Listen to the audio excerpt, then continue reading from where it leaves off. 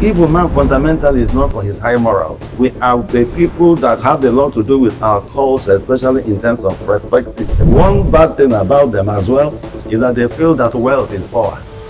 Wealth is power, but it's not all about it. Thank you so much for joining us. The Enugu Guinness World Record Dream Team sits down with Ozo Joe Mmamel. He's a former commissioner for culture and tourism, Enugu State. He's a man who embodies leadership, legacy, and the strong Igbo spirit of excellence. So today, we're going to unpack his journey so far and find out his thoughts on the Guinness World Record attempt in Enugu, set to put Enugu State on the global map. Thank you so much once again for having us. Oh, thank you, my dear. So you are also Eba now big day. Great. I got correctly. So you have carried that beloved title of Ozo for quite some time now. So yeah, what does that mean to you personally, and how have they shaped your philosophy? Anyway, this I became an Ozo title man in 1994. Exactly on the 4th of November 1994. Over 20 years. More than 30 years. 30 years. Yes, and the philosophy behind the Ozo title is first and foremost is indigenous to us. No other person takes an Ozo title except the Igbo man. And is we first of all go to what we call purification before you take the title. And if you have anything to do against the land, whether you're a Christian or you're an atheist or anything, you have to go for that purification. And if they find out that you have a history whereby you people have defied the oracles or the land, then you are not going to take the title. Like if you have killed another title man, you know, there are certain don'ts in the other title, but most important thing, you must stand on the truth. So that is, they'll call me today and say, what is the truth about this? And they'll say, Ozo, what is the truth? I'm bound to say the truth, no matter whose ox is God. So it is the most important thing about the sanctity of that title and what it depicts to our people. So it is a symbol of truth and justice. That's what it stands for. You're a lawyer. I am. So how has your involvement in the authorship, I'm allowed to use that word, and you have been practicing lawyer or you practice law, how has it informed your relationship with other people and generally your philosophy in life? I mean, whatever. No, it won't clash. If you are a man of integrity, you're a man of integrity, no matter what your profession is all about. You know, it is something that you have imbibed. I am going to stand on this. It's justice. So justice can come through the courts. Justice can come through the social aspect of administration and justice. There are what we call social justice. Justice is justice. So that I'm a practicing lawyer will not make me to know where the truth lies and go against the truth. Rather, in law, you might say that I stand, you know, on the strength of the prosecution if I'm a person that is doing a criminal matter. It is a matter of evidence. If the evidence is not in my favor, I will lose the matter. I will lose the case. But when you go into the biri nature of trying to bribe yourself into getting justice and things like that, that's where it comes in. So if you do such things, you know that you are not doing something that is good, and it is not fair for anybody. Yeah, either for your own client or the person you are there, because what you are doing is against the societal norms that nobody says you should, because it's a court of justice. So if you do anything to subdue justice, it is not good. So it's a subjective feeling. I can say that it's how I feel about it. For me, I believe that justice should be given to all in a very fair nature. Absolutely. Yes. There's no point of conflict. That's not it. Yes. People are known to have very rich cultural heritage. And it's all often said of Igbos that they are highly enterprising. What are your thoughts on that Igbo School of Excellence, that X factor that the Igbos are named for. What are your thoughts on that, and how have you seen it play out during the history of the Igbo? Yes, for me, it's a cultural ethos. It's what an Igbo man stands for. The Igbo man is a born Republican. He seeks freedom in all he does. Even if you have a little boy that you have trained, and you one day, try to get, just the other way around, and he will tell you, let it not because you pay my school fees, that is why you should treat me. There's this pride about them. We are very resilient people, and those resilience has affected a lot of things about us, especially in terms of entrepreneurship. Yes, we have decided, because when you talk about it's us. We didn't learn it, we didn't go to school for it, but it's a system that we know that out of our own community strengths, we build it up, that if you go along, you carry a brother. So if I am a trader, I bring in my brother to come and join me, for that number of time. And the essence of it is that I teach them the trade, and after they have learned the trade, I give them some money to start the trade. They might just leave my precinct of my trade and move to another place. But it's an entrepreneurial strength that we have seen amongst ourselves, which the world is learning today. Absolutely. Yes, they are learning it. How did these people get here? And the resilience of an Igbo man is what even that took us into the war. Because who could have fought a war of 3 years without having anything? Just think about it. It is who we are culturally, how we think, especially in the face of oppression. The Igbo man will tell you that he will not take it. And those search for freedom has made them, at times, I say they have derailed out of the pattern of Nigerian politics. Because there must be the rigidity in those ethos, and they must have to be subdued by the present politics, because that is playing politics. So the Igbo man, I agree, is a very resilient people. He's very entrepreneurial, and is a very highly intelligent people by nature. So how they have directed it positively or negatively, I cannot say. The positive aspect of them has put in a lot to the society, but that negative intelligence, have equally destroyed who they are in the society as well.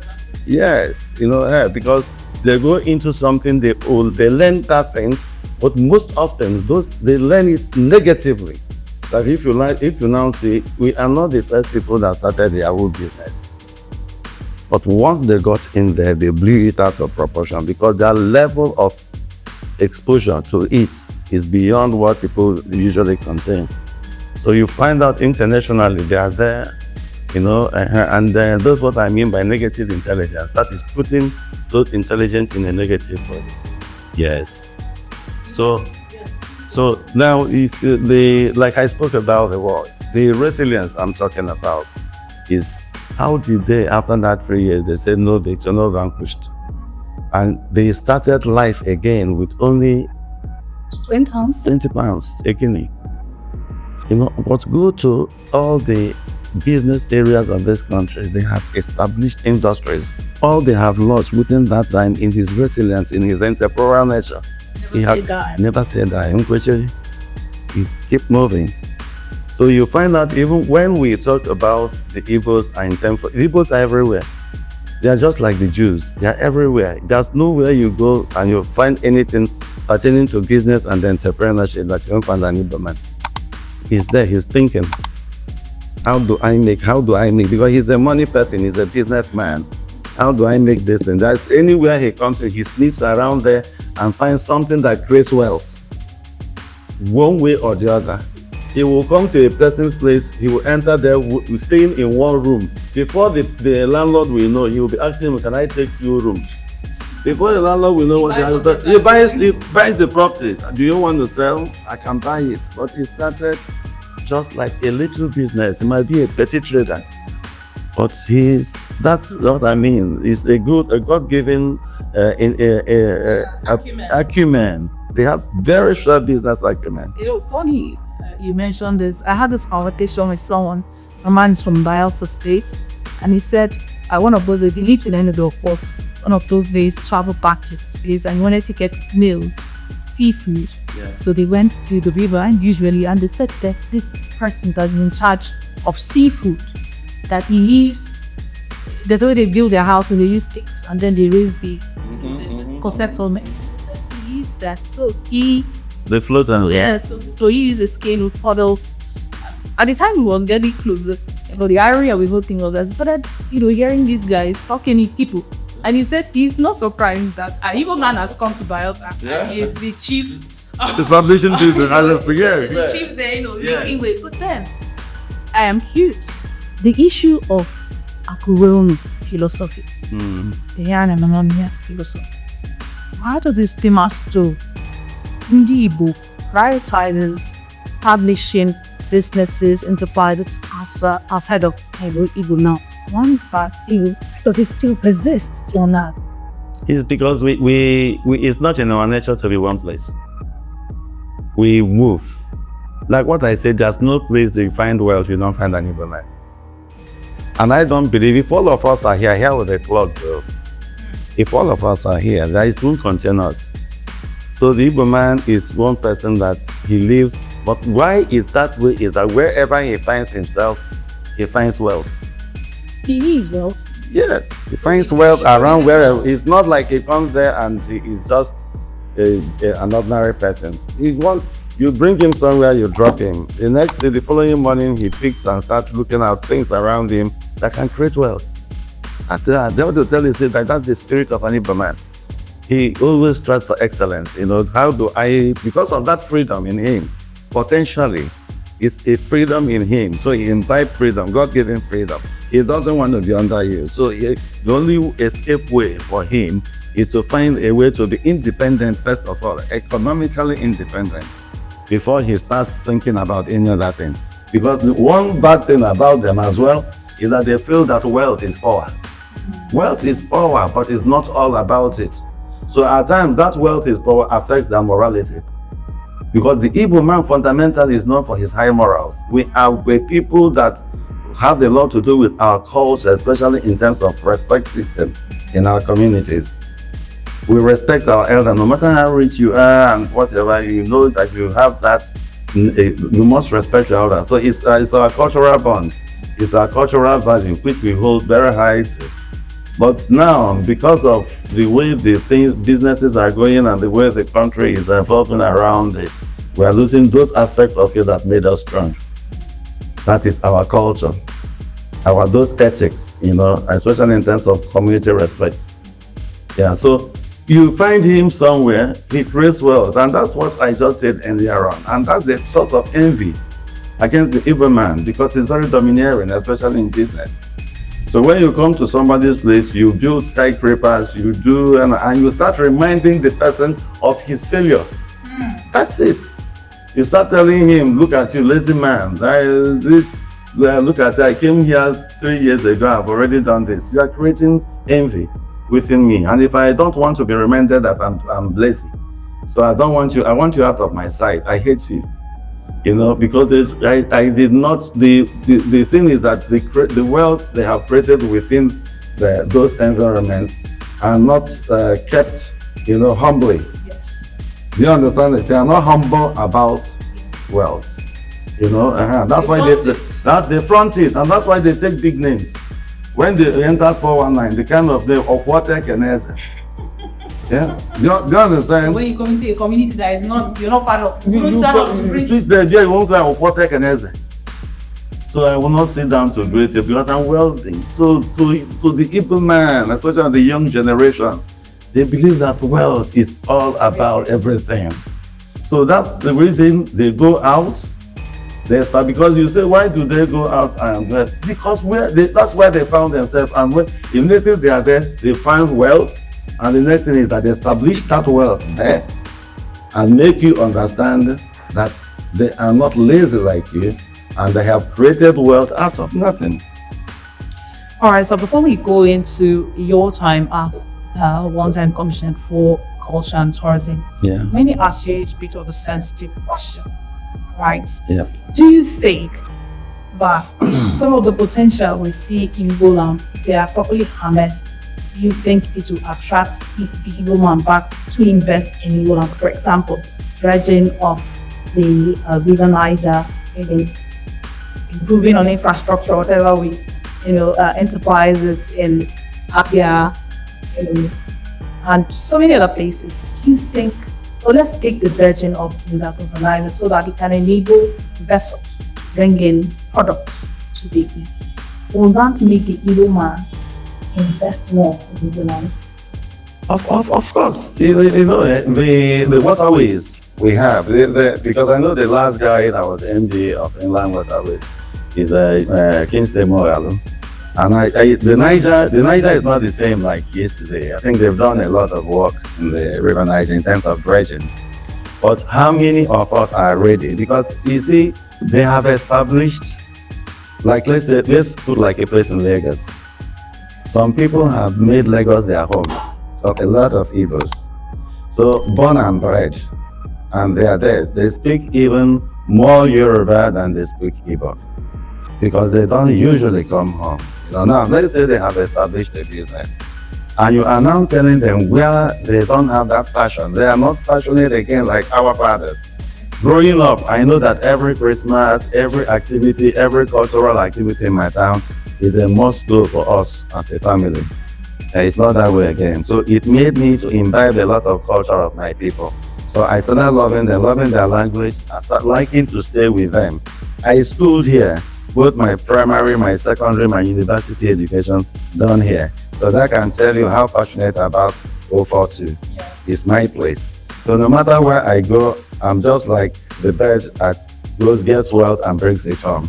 So that home wealth is where I belong to, because I have already established here as my stay point and where I intend to retire. But most of them don't think that way. And when there is no passion in what you are doing, then there is a stopgap, where this is my, do you understand what I mean? So you're asking them to come back to do work, they will tell you. And to worsen the situation is the insecurity now in our place. That is the worst thing that has happened to us. Is something we did not know, something absolutely very unconventional to us. It's not our way of life. We have introduced killing ourselves. Because when you talk about this insecurity, it's our own created insecurity. We ask ourselves not to be going to work on Mondays. If it's in the normal time, we won't be coming out today. Today is a free work day. It's a holiday declared even not only to our own workforce, even to our own children not going to school. And we don't know what we have done to ourselves. If our children do not go to school when other people are going to school, if we do not create wealth on the days of Monday when that should be the start day of any week, we don't go to work. So how do we create wealth? How about those people that are on daily pay?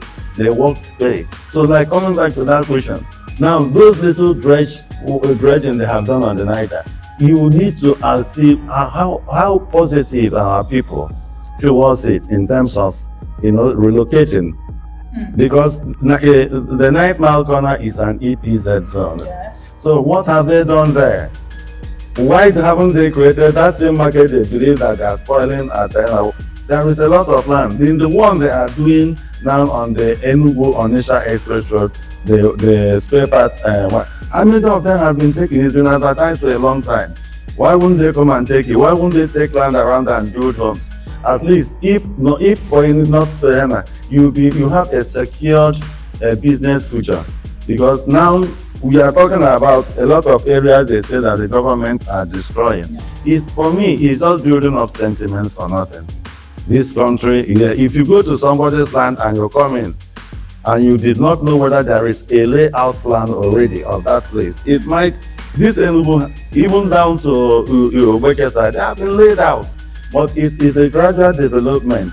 So when development comes there and they tell you that this is how we now want to develop this area, but already you have put in structures that may be illegal or false on a pipeline you did not see when you were drilling it. Maybe the main oil pipeline has passed through there and you start shouting, Igbo. I don't like that. Honestly speaking, I don't like that. You come home, you have land. Well, what is business? Business, if you find that you are somebody into import and export, you can clear your things there and freight it.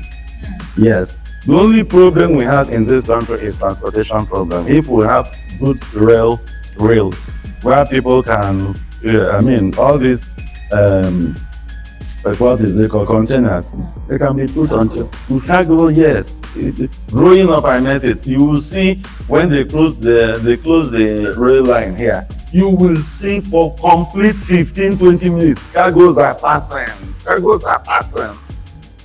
All right. Yes. Also, what's your assessment of tourism in Igbo, and particularly in Enugu, given the fact that you've been a one-time commissioner for culture and tourism? How has tourism fared in Igbo? Let me tell you, it's tourism is an industry, and but our people are not. It's a huge industry. Very huge industry, but they're not tapping into it. All these things, international conference center, they are conference tourism. The most important aspect of tourism is eco. You see, like now, let me tell you, in Enugu here, there is the Henneke. The only thing that has stopped Henneke's traveling is that government did not create the enabling environment. And what is that enabling? The road leading to the attraction. I cannot straight to the attraction. We have to do it through vehicles. We could create open vehicles and things like that. Because if you go to that Henneke, well, that was my standpoint. I even exposed the Henneke as a national attraction. It has a cave that nobody has seen the end of the cave. Nobody. Up to today, I'm trying to analyze, is that a cave or did we have a volcanic eruption? Because after that cave, from that cave, there is water, a stream coming out of the mouth of the cave. Then that stream came and formed a confluence, a little confluence, and cascaded into a waterfall. Yes. Go there. Then the water is cleaner than this. It's sparkle clean. That if anything falls into any water, you will see it and go pick it up. Then between that area is the warm water and the cold water. So if you sit down there, you see bubbling hot water.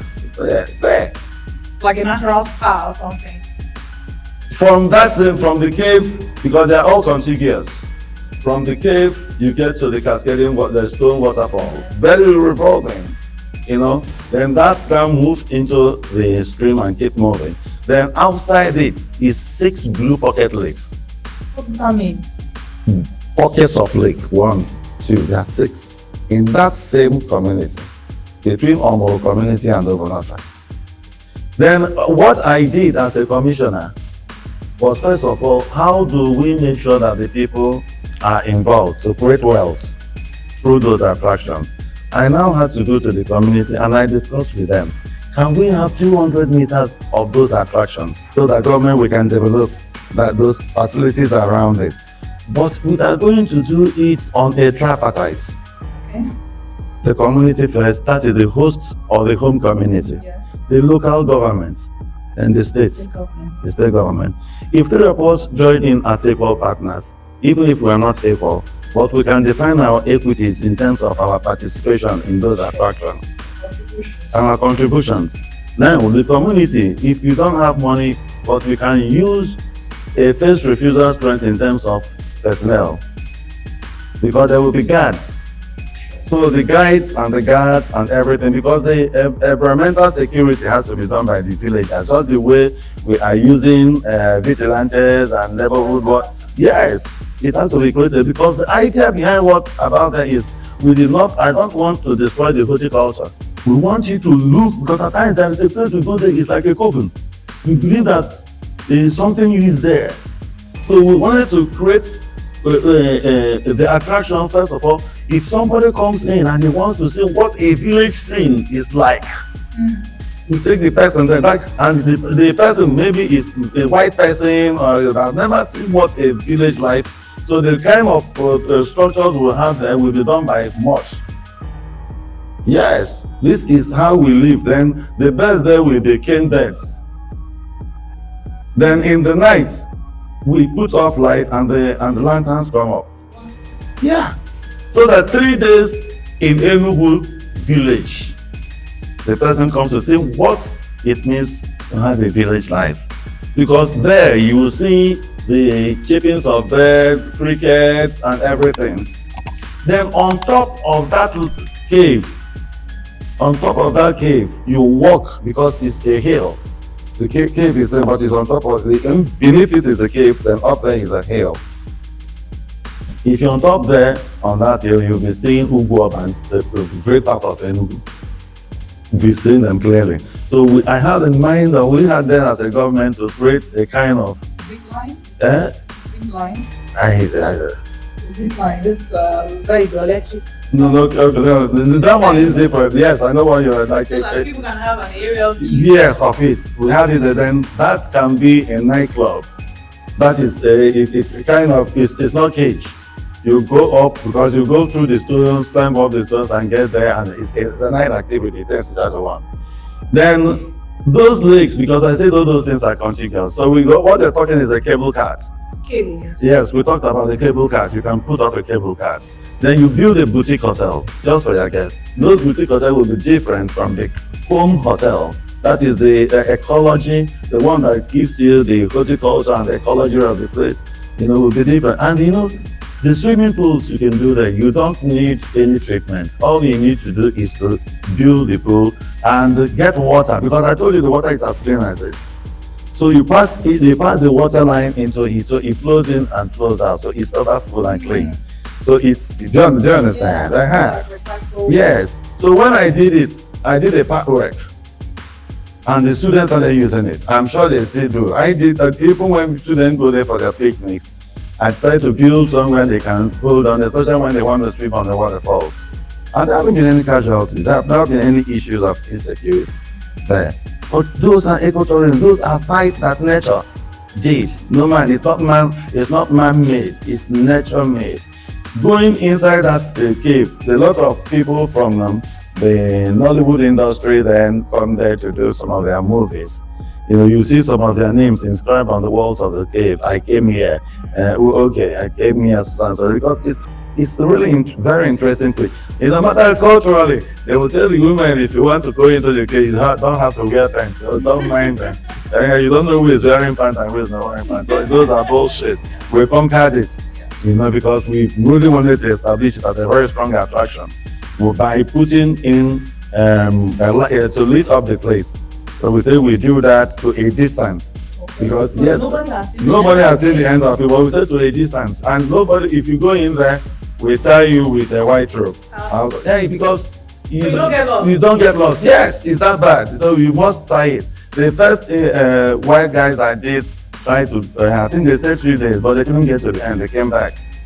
They have to come back. Yes, so it's then the lakes. What I wanted to do in the lake, we started because we had to do some clearing, so that we introduced fingerlings of different types of fishes in the water. So that if you want to do, apart from boating, if you want to do fishing, you can go there solemnly with them and do your fishing all day. Anyone you catch there will know how we discuss it. Either you put it back.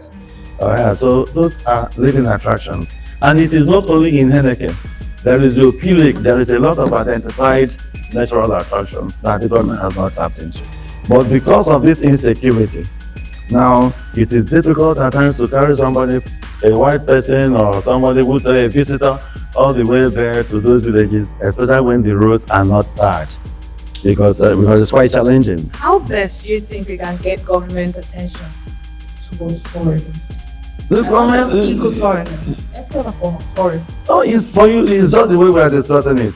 People have to see it as an opener, to serious business, because that's what they don't know. I go to wildlife. I've traveled all the way from here to Kenya. I went to Nairobi. Even when I got to the Nairobi park, I wanted to go to Mombasa.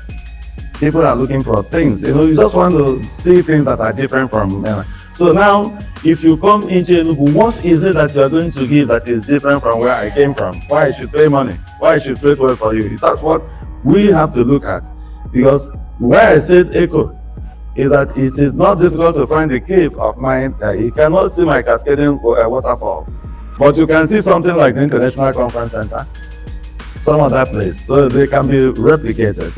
You do understand? But the one that is created by nature is defined peculiar to you. You know, so those are the attractions, and like I said, because of the horticulture things around there, you create things that they have to see. Oh, is it how it is? So in Enugu, first and foremost is to identify it and identify the local governments where they are secret. Then it is supposed to be a combination. Government is not one thing. When people discuss government, you discover like government is all about federal government. There is 3 tiers of governments: the federal, the state.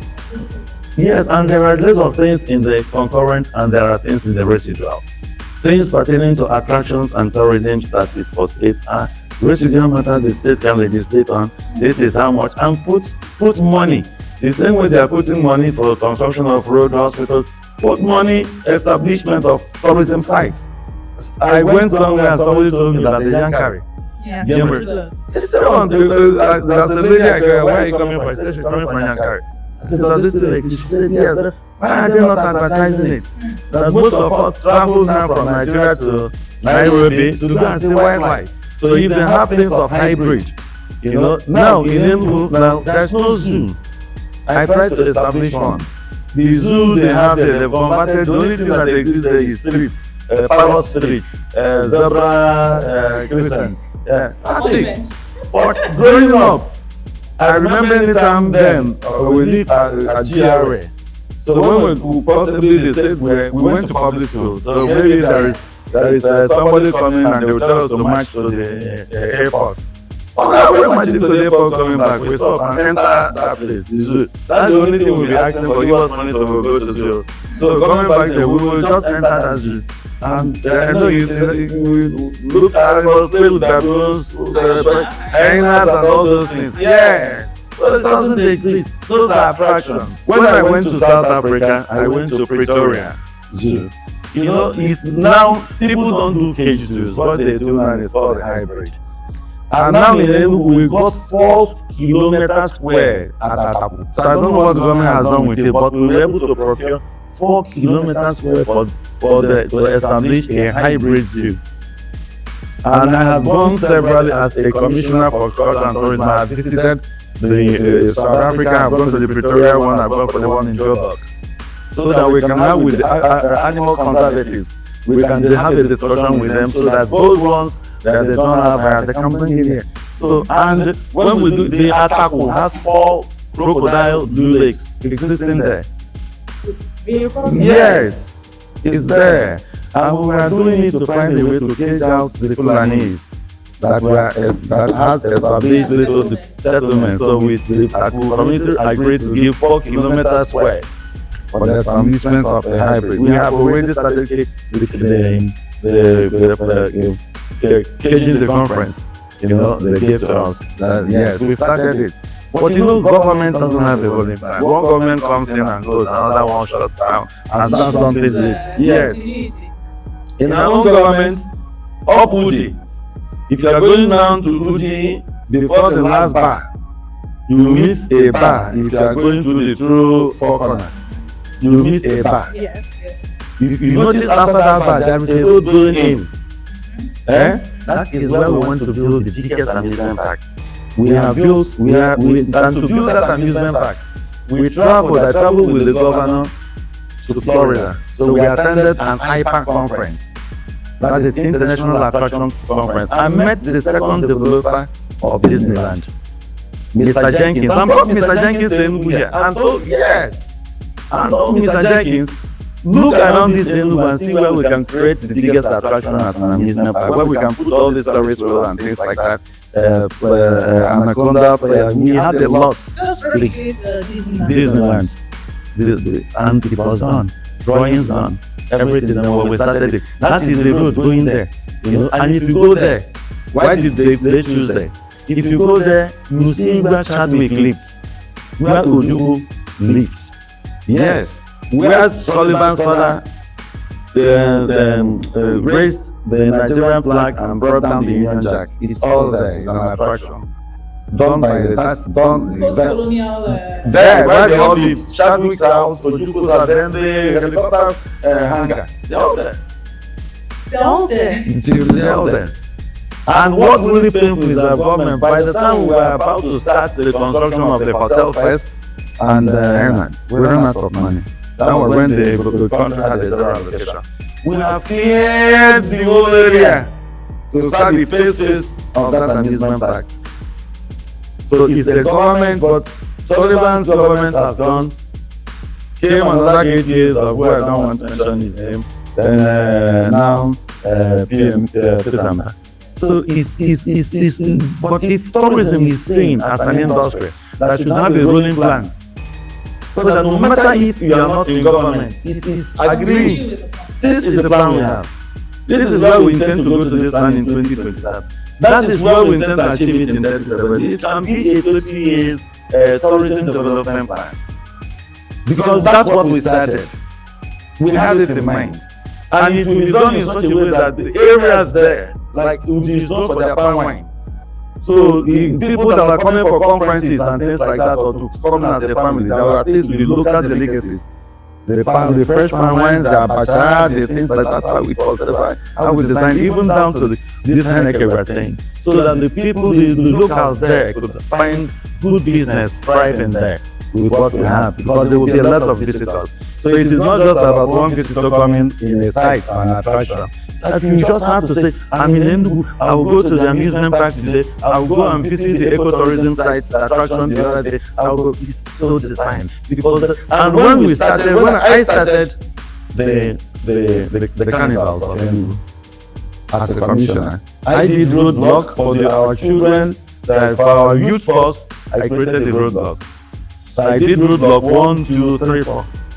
The buses I left. That roadblock when we have that festival from the 3rd of December to the 23rd of December, all the hotels are jam-packed full. At a time, the American community started paying money, the Black American, those that say that they want to find their root. There was one lady, late Professor Mrs. Katrina Chalon. She was the person coordinating the diasporans who intend to attend the carnivals in Enugu. So they come and they stay 3 weeks from all over America. So they generally filled up for them then. So they come and watch the Momo Festival. You know, I not only do Momo Festival for Enugu State, I do Momo Festival for all regions. So you see, apart from Enugu being dominant players in it, but we have other regions at least bringing you to masquerade. So it's so enriching. That's culture, that's tradition. So we find them, we take them to Ori. They come and see the foundation of the Igbo land, the foundation of the author title that even we extend everything to them. It comes from Ori. So that most of us are taking this title. You know, the Akariozon which we have on our leg, it comes from Ori. The beads. The beads. I remove the beads. Usually it is a thread. A kishegi that they will not tell you, will not take you into this initiation of the other title. But one day I was traveling to, unfortunately for me, it was just some few days after the 9/11. Okay. 9/11. So I was going through Charles de Gaulle. I didn't know that the security sniper machine, they came and saw it and said I must remove it. And I have the original one. So I tried to, and they told me I will lose my flight if I don't take time. So I better get it off. So I had to cut it off myself. I told them they will never cut it off. Traditionally, if you cut it off, it means so much to my people. So I gave a prince, yes, I'm one. I'm vibrating even bigger than the prince. So they went and brought a razor blade and I cut it myself. And cutting it, I said, my people, I did not cut you people off.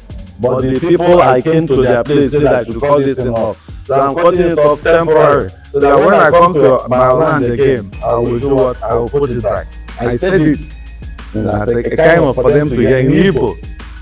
And after that, the significance of it is that if you are another titled man, and you commit an abomination, they cut it. and you will never be an Ozo man again. The symbol of the Ozo title is the thread on your leg. Symbolically, like if you look at me, I see it, I'm wearing the beads. It's because of what happened. So if I get anywhere and I have it, I just unhook it and put it. But the other one from is a thread. They put it there, they knot it.